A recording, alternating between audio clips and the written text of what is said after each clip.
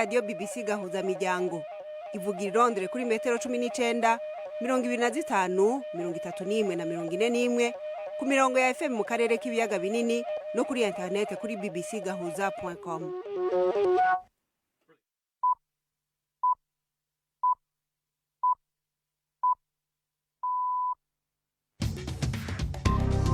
Ubu ni isaha 10 n'igice ku isaha mpuzamakungu ya GMT, isaha 12 n'igice mu Rwanda no mu Burundi. Muri kumwe na Florentine Kwizera. Ndabaramukije kandi ndabahaye ikaze mwese abakunzi ba BBC gahuza miryango, kaze muri iki kiganiro cacu cyo kuri wa gatatu itariki 22 z'ukwezi kwa gatandatu muri 2022, nazo zigizwe n'ingingo zikurikira. Inama y'ibihugu vya Commonwealth ibera mu Rwanda uyu munsi yibanze ku kibazo c'ubwisanzure mu gushikiriza ivyiyumviro cane mu itangazamakuru. Umugwi wa M23 uhanganye na leta ya Republika ya Demokarasi ya Kongo uvuga yuko washimishijwe n'ivyavuye mu nama y'abakuru b'ibihugu bo muri Afrika y'ubuseruko isaba ihagarikwa ry'intambara muri ico gihugu bidatevye. Aha ni mu gihe imigenderanire hagati y'Abanyarwanda n'Abanyekongo ku ruhande rw'umuji wa Rubavu igira ingaruka ku bucuruzi kuva aho Kongo ishiriyeho amasaha y'umukwabo. Twahombye aho ndetse niba wagenda gukorera bibiri se buno wabikoreye. Naje na moto ya 6 ngiye gusubira na moto ya 700 deja no gukorera amatike. Rero twajyanye amagare imizigo tuyisizeho nta nubwo bayitwishuriye bitewe nuko nyine base bafunga umupaka imizigo tuyitayeyo natwe turataha. Turababwira kandi no kwitahukanwa ry'igisigarira ca Patrice Lumumba incungu yo kwikugira kwa Kongo ya catahukanywe uno munsi. Tubafitiye n'ikiganiro c'abakenyezi. Iki kiganiro gihagarikiwe na Prudence Ngiyumva.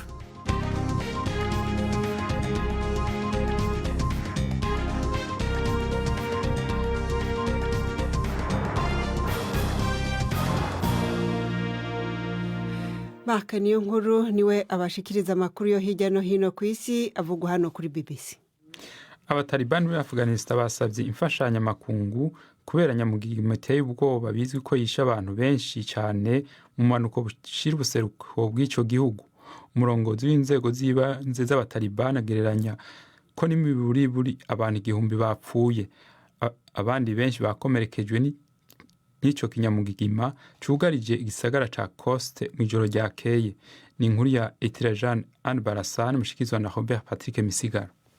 Amazu menshi yubakishijwe ivyondo yasigaye ari bihomoka gusa mu ntara ya Paktika mu burengero bwa Afghanistan, mu gihe ariyo yakozweko cyane kurusha ahandi. Nyamugigima yatanguye igihe abantu bari muhira baryamye. Harungitswe indege za kajugujugu mu kugerageza gufasha abakomeretse hamwe no gushikana imiti mu bigwati bihakikuje. Ibiharuro vy'abahasize ubuzima biguma bihindagurika mu gihe abajejwe intwaro bakigowe no kuronka amakuru ava mu bigwati vyo mu misozi. Abatalibani bari ku butegetsi muri Afghanistan bavuga yuko baza kwakiriza yombi imfashanyo y'amakungu. Iyi nyamugigima ya mbere ihitanye abantu benshi mu myaka 40 muri iki gihugu yanumvikanye i Kabul muri Pakistani hamwe na kure cyane mu Buhinde. Ikigo mpuzamakungu kijejwe inguvu cagabishije Buraya ko bukwiye kwitegurira ko Uburusiya bushobora kuzobukatira gaze yose mu gihe c'imbeho kiza. Utwara ico kigo Fatih Birol yavuze ko yizeye ko Uburusiya ubu buriko bukoresha intumbero kugabanya gaze burungika mu bihugu vy'umuryango wa Buraya kugira ngo ntibandanye biyibika.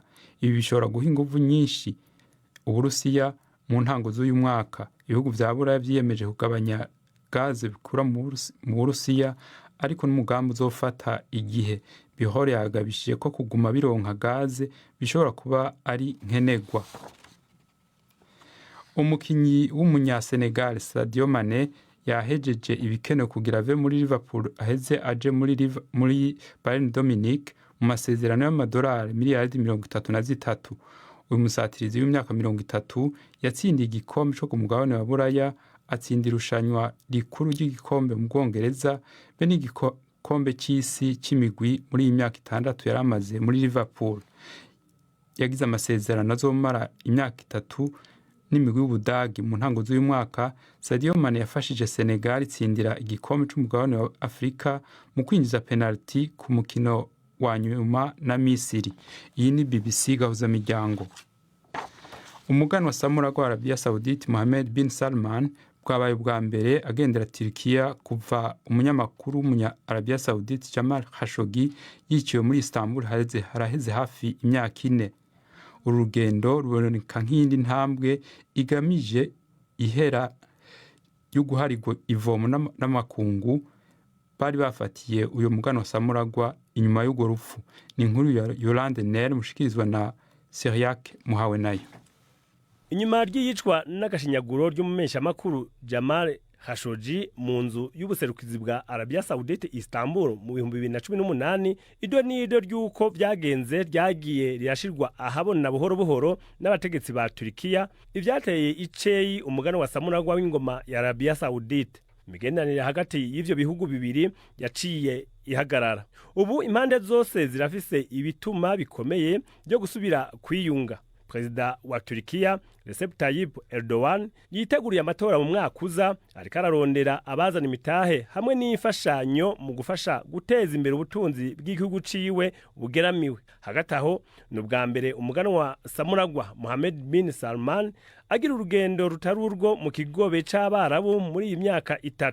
Ariko aragerageza kugarukana igihagararo yarafise mu karere imbere y'urugendo rwa perezida wa Amerika Joe Biden mu kwezi kuza. Iginyo ry'umuyobozi yishwe yitangiye kwikukira kwa Kongo Patrice Lumumba ryashize muri Republika ya Demokarasi ya Kongo kandi ko riratemberezwa mu bibanza bitandukanye by'igihugu. Niryo ryonyene ryasigaye y'uyo yabaye mushikiranganje wa mbere w'ico gihugu yishwe mu 1961 n'inyeshamba zifadikanije n'abacangero b'ababirigi. Ikiziga ciwe cashizwe mu mara bita acide kiraheza kiyongerayo. Iyo ginyo rizotangura kujanwa mu gisagara c'amavuko yiwe Lumumbaville ryongere rijanwe ikisangani aho yahereye guharanira iza politiki rijanwe ni Lumumbashi aho yiciwe. Isanduguru ririmwo iryo ginyo rizoshingurwa ubwa nyuma ku mugwa mukuru i Kinshasa. Abantu batari munsi y'abane bapfuye muri mwisanganya rya gari ya moshi muri Tanzania abarenga 130 nabo barakomereka. Kompanyi ya leta ijejwe gari ya moshi yavuze ko uduce twa gari ya moshi bita wagon 8 twavanye ko turaheza duta ibarabara mu ntara ya Tabora mu burengerazuba bw'ico gihugu. Mu ntango z'uyu mwaka umuntu umwe yarapfuye igihe gari ya moshi yatakaza ibarabara uko nyene mu buraruko bwa Tanzania. Florentine urakoze makoni nkuru kuri ayo makuru ya BBC.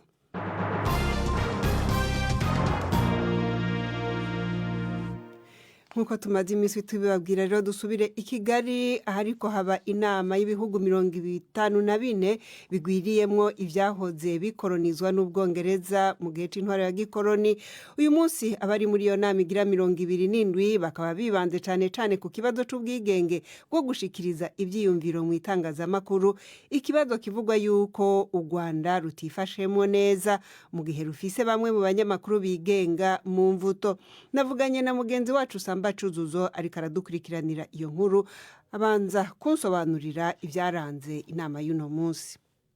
Abayitabiriye bagaragaje ko nubwo hari ibihugu bigize umuryango wa Commonwealth bihagaze neza mu bwisanzure bw'itangazamakuru nka Jamaica, ariko hari n'ibindi nk'u Rwanda biri inyuma cyane aho itangazamakuru rigifatwa nk'irinizwe nk'uko bivugwa ku rutonde rw'isi ruheruka rwa World Press Freedom Index. Muri iyi nama rero abavuze benshi birinze kugaruka ku Rwanda by'umwihariko cyangwa kurengera mu kunenga ubutegetsi. Navuganye na Madame John Jackson Miller, umunyamakuru w'inararibonye muri Jamaica, ambwira ko ubwisanzure ari ingenzi mu iterambere uko byumva.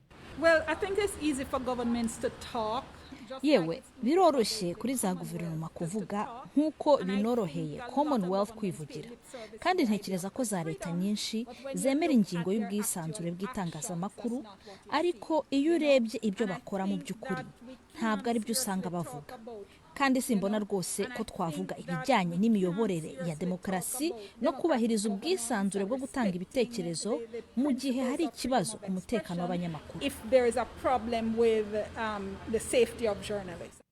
none ko u Rwanda ruhagaze nabi kuri ivyo vyegeranyo mpuzamakungu kuri ubwo bwisanzure ndetse rukavugwa ko gufunga abanyamakuru bamwe, abategetsi bavuze iki muri iyi nama? Ibijyanye rero n'ubu bwisanzure n'itangazamakuru bireba ikigo cy'igihugu cy'imiyoborere, ni ikigo cya leta, kandi iki kigo umwaka ushize cyasohoye raporo yerekana ko ubwisanzure hano mu Rwanda buri ku bipimo byo hejuru rwose ya 90%, nubwo bwose izo raporo mpuzamahanga zo zishyira u Rwanda mu myanya y'inyuma cyane. Umuyobozi w'iki kigo rero nashatse kuvugana nawe ngo mubaze kuri icyo kinyurano kinini hagati y'izo raporo zombi, hamwe no kuri ibyo bivuga ku banyamakuru n'abatanga ibitekerezo kuri YouTube bafunzwe, ntiyanyemerera. Gusa kuri iki cy'abavuga ku banyamakuru bafunzwe, Yusta Kayitesi, umuyobozi w'iki kigo, hari ibyo yabwiye iyi nama. Twinjiye muri uyu muryango wa Commonwealth kuko twemeye amahame yawo, harimo n'ubwisanzure bwo gutanga ibitekerezo turi kuvuga. Kuba dufite abanyamakuru bafunze, abanyamakuru kimwe n'abandi banyepolitiki cyangwa abandi bantu nabo bakora ibyaha, byaba ari bibi rwose gufunga abanyamakuru kubera gukora umwuga wabo. Ariko nanone uyu munyamakuru uzakora icyaha cy'ihohoterwa rishingiye ku gitsina azagikurikiranwaho. Samba, urabona iyi nama yatanguye ku munsi w'Imana yakomeje gukorera mu migwi, hirya y'ejo ku munsi wa gatanu biteze inama y'abakuru b'ibihugu bigize uyu muryango. Ubona ibikorwa muri rusange bigeze he? Mu mujyi wa Kigali muri rusange iyi niyo nama nini ngira ngo bakiriye no mu mateka. Nicyo kintu abantu bari kuganiraho muri rusange, nicyo kintu abacuruzi barimo bagerageza kuvuga bati tubyaze umusaruro, dukuremo inyungu. No mu bikorwa byayo rero birebye ubona biragenda birushaho kwegerana uko abakuru b'ibihugu bagenda baza mu gihugu. Ejo igikomangoma cy'Ubwongereza cyarahageze, umuhanda munini w'i Kigali usa naho ufungwaho gatoya kurusha uko byari bimeze mu minsi ishize. Ubu ngubu rero igice kigiye gukurikiraho guhera nk'ejo ni faze ya nyuma y'ibyo biganiro igana ku musozo w'iyi nama y'iki cyumweru. Urakoze Samba Cuzuzo. Tugume ku makuru yerekeye uwo muryango wa Commonwealth. BBC yamenye yuko umunyamabanga mukuru wawo ahanganye n'abategetsi b'ibihugu 54 biwugize, mu gihe hasigaye iminsi mike ngo yongere kubasaba kumushigikira mu kiringo kigira kabiri. Ubunyamabanga bwa Commonwealth burongowe na Patricia Scotland buregwa gushaka guhisha ibiri mu isuzuma ryigenga ryakozwe ku mafaranga yakoreshejwe, bivugwa yuko ryoba ririmwo ivyo rinegugwa. Inkuru ya James Lander mishikirizwa na Victoria Wonkunda. Abakuru b'amareta ari mu muryango wa Commonwealth bari kujya mu Rwanda mu nama iri kuba muri iki cyumweru. Prince Charles, igikomangoma cya Wales, nicyo kizahagararira umwamikazi Elizabeth wa kabiri, ariko amatata aravutse. Ashingiye ku cyegeranyo cyakozwe n'ikigo EY gikora isuzuma ry'umutungo, cyasuzumye umutungo wahawe ibiro bikuru by'umuryango wa Commonwealth biyobowe na Lady Scotland. Ibi biro byanze guha icyo cyegeranyo urwego rukuru rw'uyu muryango wa Commonwealth bita Board of Governors. Uru rwego ruhagarariye ibihugu bigize uyu muryango nirwo rwasabye ko icyo cyegeranyo gikorwa. Mu ibaruwa BBC yabonye, ukuriye urwo rwego Kevin Isaac yavuze ko babaye kandi yamaganye icyemezo cy'ibiro bikuru yisi cyateje umwuka mubi ku buyobozi bw'umuryango. Umuvugizi w'ibiro bikuru yavuze ko icyo cyegeranyo cyakererewe, ko harimo n'ibyavuzwe bitari byo, ariko ko bizeye ko ayo matata aza gukemurwa vuba. Nyamara abo mu muryango wa Commonwealth baravuga ko icyo cyegeranyo kirimo ibinego ku biro bikuru, kandi ko cyakumiriwe mu gihe Lady Scotland ari kwiyamamariza ikiringo cya kabiri cyo kuyobora ibyo biro bikuru by'umuryango. Inkuru ya James Lander. Umugwi w'inyeshamba za M23 uhanganye na leta ya Kongo uvuga yuko utemera kurekura umujyi wa Bunagana nk'uko byasabwe n'inama iheruka y'abakuru b'ibihugu bo mu muryango wa Afurika y'ubuseruko yahamagajwe kugira ngo ironderere umuti intambara iberaho mu burasirazuba bwa Kongo.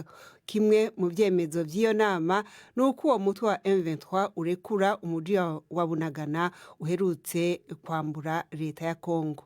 Uravuga yuko ushaka kugirana ibiganiro na leta y'ico gihugu.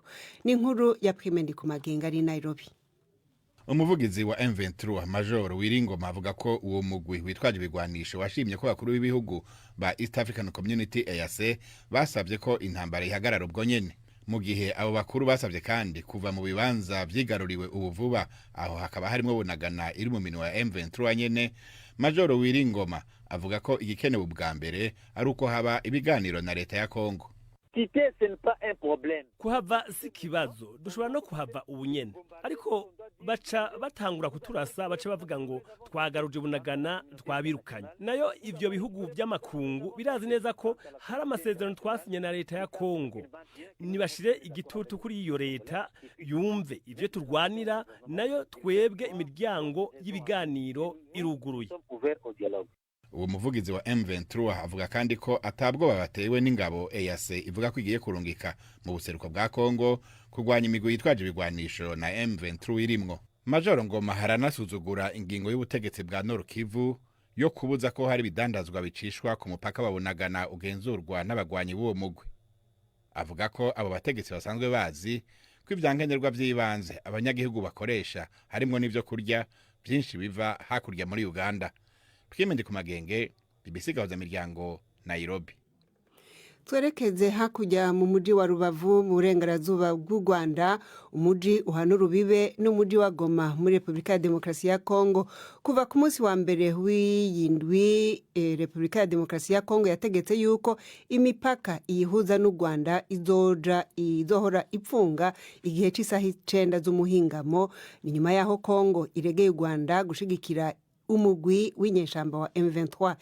Nibirego rero u Rwanda ruhakana. Icuka rero kiri hagati y'ibihugu byompi catumye abanyarwanda bahora bakorera mu muji wa Goma bajayo bikandagira. Ibi ngo bidindiza kandi imigenderanire y'ubucuruzi hagati y'ibyo bihugu byompi. Mugenzi wacu Ive Bucana ari mu muji wa Rubavu yaduteguriye inkuru ikurikira.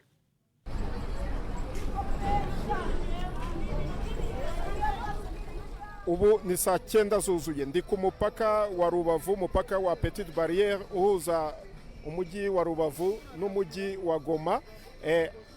Umupaka ubu ku ruhande rwa Kongo bafunze, ariko abasohokamo ntabwo ari benshi cyane nk'uko byahoze mbere. Bamwe muri bo ndavugana nabo. Yego, mvuye muri Kongo. Ukora iki muri Kongo ubundi? Hari business nkorerayo. None ibibazo byari bihari mu minsi ishize byarashize? Ntabwo birashira, ariko urabona biri kugabanukaho gatoya. Ko mu minsi ishize nta nubwo twambukaga. Hari imvururu bagatera abanyarwanda amabuye. None ubu ngubu nta ubatera amabuye, nta kibazo gihari? Nta kibazo kinini gihari, ariko dutaha kare. Nk'ubu ngubu akazi kaba kagihari, ariko twebwe abanyarwanda turataje. Kuva ku wa 6 w'icyumweru gishize, Kongo yatangaje ko imipaka yayo n'u Rwanda izajya ifunga ku isaha ya saa 9. Ni icyemezo ngo kibangamiye benshi mu banyarwanda bakora ubushabitsi mu mujyi wa Goma. Twahombye aho ese niba wagenda gukorera bibiri se buno wabikoreye. Naje na moto ya 6, ngiye gusubira na moto ya 700. Deja no gukorera amatike. Uko ubonye akazi nicyo gihe wagenderaga. Hari wakabonaga mu gitondo, hari wakabonaga mwaya masaha. Akaribwo yambuka nakajya gucuruza ibya nimugoroba. Aya masaha niyo masaha yo guhaha. Umukongomane ahaye ino saa, ariko nano mu Rwanda naho ni gutyo. Umuntu wari wose ibya nimugoroba abihaga saa 9, saa 10 kuzamuka. Umva rero iyo bibaye saa 9 akazi karahagaze. Uyu nawe asunika ibicuruzwa bigenda ku magare y'abafite ubumuga. N'ubwo twajyanye amagare imizigo tuyisizeho nta nubwo bayitwishyuriye. Bitewe nuko nyine bahise bafunga umupaka, imizigo tuyitayeyo natwe turataha. Twakoze mu gitondo ariko nyuma saa 6 nta kintu dukoze. Sinzi ukuntu turi bubeho tu. Mu minsi ishize umuyobozi w'umujyi wa Rubavu yavuze ko u Rwanda ruhamagarira abaturage barwo kwirinda ingendo zitari ngombwa no kwigengesera kubajya mu gihugu cya Kongo. Ese bo barabivugaho iki? Yego, biragoye, turabikora kubera ubuzima, tumenyereye gukorera muri Kongo, natwe tugenda dufite ubwoba, ariko kubera ubuzima turagenda. Ubuhahirane hagati y'abatuye umujyi wa Rubavu n'umujyi wa Goma buri ku kigero cyo hejuru, gusa ubu birasa n'ibigenda gahoro kubera icyuka kibi gitutumba hagati y'ibihugu byombi. Ive Bucyana, BBC gahuza miryango mu mujyi wa Rubavu. Arakoze Ive Bucana. Dushikanye ku isaha 1:11 mu Rwanda no mu Burundi.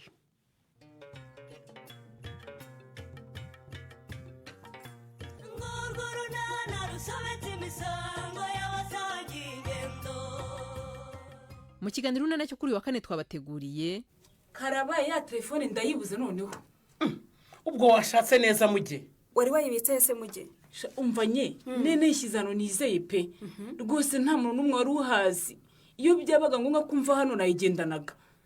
Uzi telefone twawe nande koko? Singaho bya bimenyetso mwashakaga gukoresha mu mushinja birarigise. Ubu si gukorera yonyine rimwe amafoto n'amavideo twakwerekana muri polisi turabigenza dutanye. Ni 12:45 kuri BBC.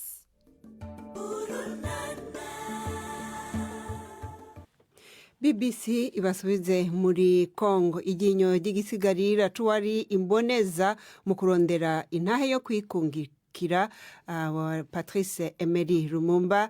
Leta y'Ububirigi yasubije Kongo uyu munsi niho ryashika mu gihugu inyuma yo gushika Kinshasa rero mu gitondo c'uyu munsi ryaciye rijanwa mu gisagara c'amavuko tiwe Lumumbaville mu nyuma ridakaba ritegezwa kujanwa Kisangani aho yatanguriye politike imbere yo gushikanwa aho yitiwe Lumumbashi hanyuma rikazohingurwa Kinshasa gushingurwa ejo. Iryo ryinyo rya Patrice Emery Lumumba ryajanywe mu Bubirigi n'intwazangabo y'umupolisi inyuma yaho agandaguriwe mu kwezi kwa mbere 1961 n'abacangero b'Ababirigi.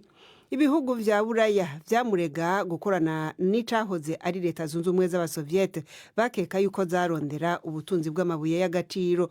Umunyamakuru wa BBC Damien Zen yavuganye n'umukobwa wa Lumumba Julian Lumumba atangura kumubaza uko yakiriye iyo ngingo yo kubasubiza igisigarira rudende c'umubiri wase.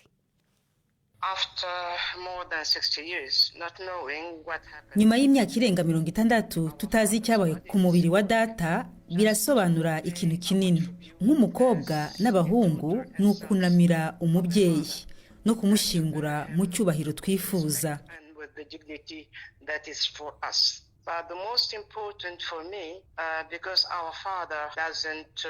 Ariko ikintu cy'ingenzi kuri jye nuko data atari uwacu gusa nk'umuryango. Yari afite ishusho yo ku rwego rw'igihugu, ku rwego rwa Afurika ndetse no ku rwego mpuzamahanga. Nyuma rero yo kumunamira nkatwe n'uw'igihugu kuko yapfiriye abanyekongo, Kongo ndetse n'ibitekerezo bye. Ariko iki ni nk'ikimenyetso kuko igisigaye nk'umubiri we mu by'ukuri ntibihagije. Ariko agomba kugaruka mu gihugu cye aho amaraso ye yamenekeye, kandi ibyo ni ingenzi cyane kuri jyewe. Woshobora kuvuga ingaruka urupfu rwe rwagize kuri kahise k'igihugu? Rwahinduye ibintu gute? Yego, byahinduye ibintu byinshi. Yatsinze amatora yo mu 1960 mu gihe cy'ubukoloni bw'Ababirigi, urumva, kandi bari barakoze ibishoboka byose ngo ntatsinde. Ndetse yari ikimenyetso cya demokarasi n'umwimerere wa demokarasi y'iki gihugu. Rero igihe bamwicaga bishe na demokarasi y'iki gihugu. Ibyo tubamo ubu ni ingaruka z'ibyabaye icyo gihe. Juliana Lumumba umwe mu bana ba Patrice Lumumba. Reka ubu naho tumvirize ivyo mugenzi wacu Yvette Kabatesi yabateguriye mu kiganiro c'abakenyezi.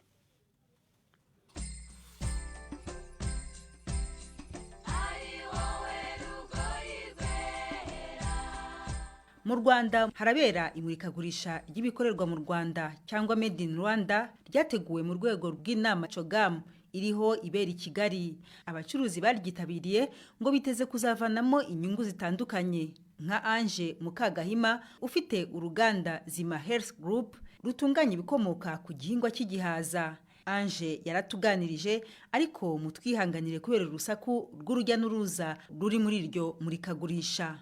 Dukora amavuta y'inzuzi, dukora biswi zo mu nzuzi, inzuzi zikaranze ndetse n'ifu y'inzuzi. Dufata inzuzi tukazikamura, inzuzi zifite amavuta kimwe n'izindi mbuto nyinshi, burya imbuto zose zigira amavuta niyo protecting urubuto mo imbere.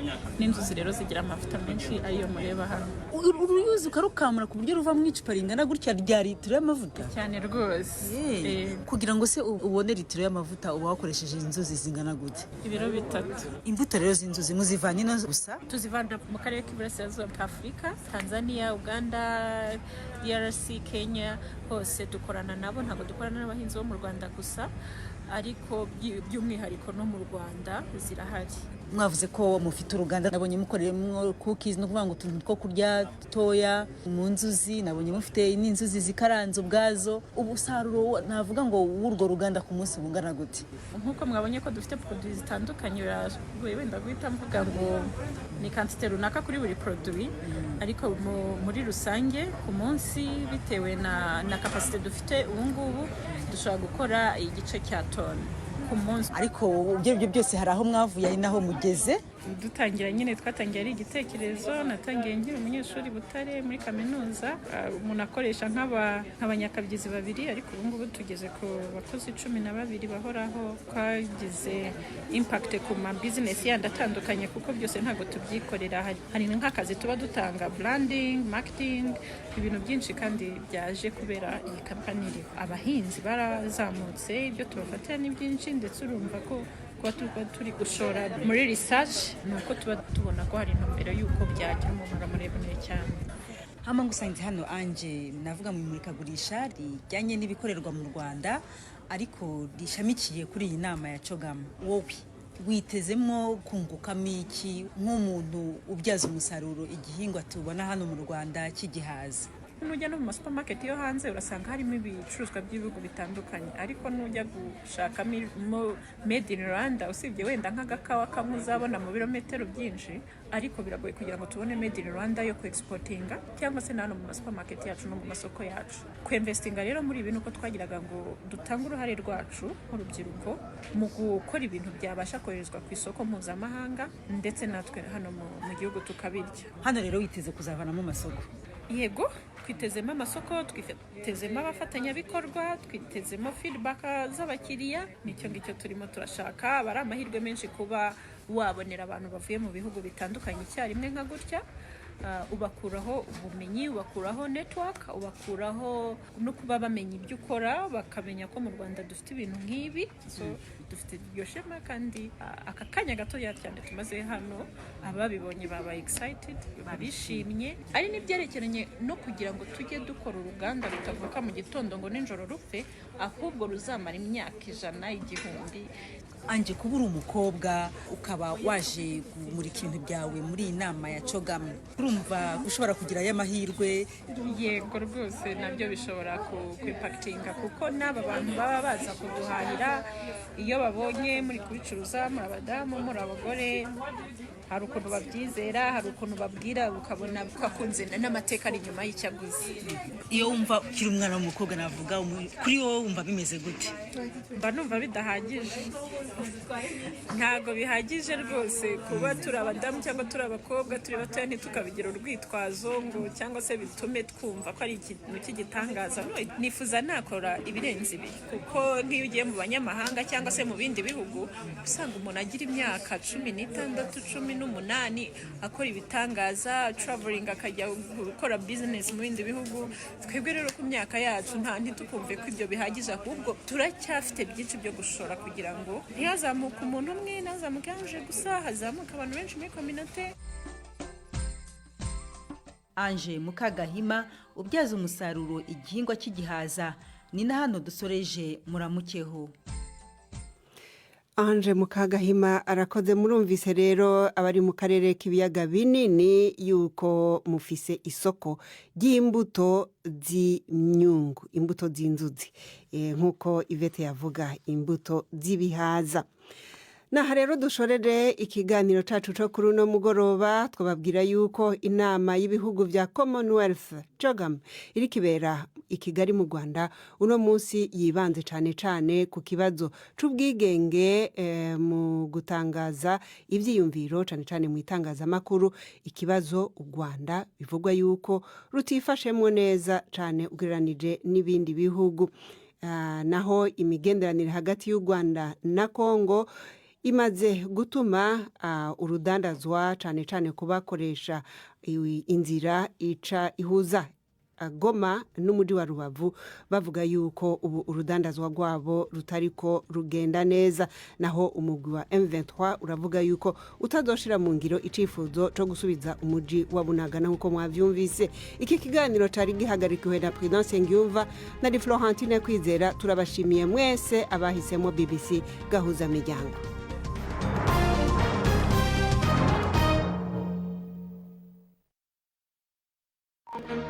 Thank you.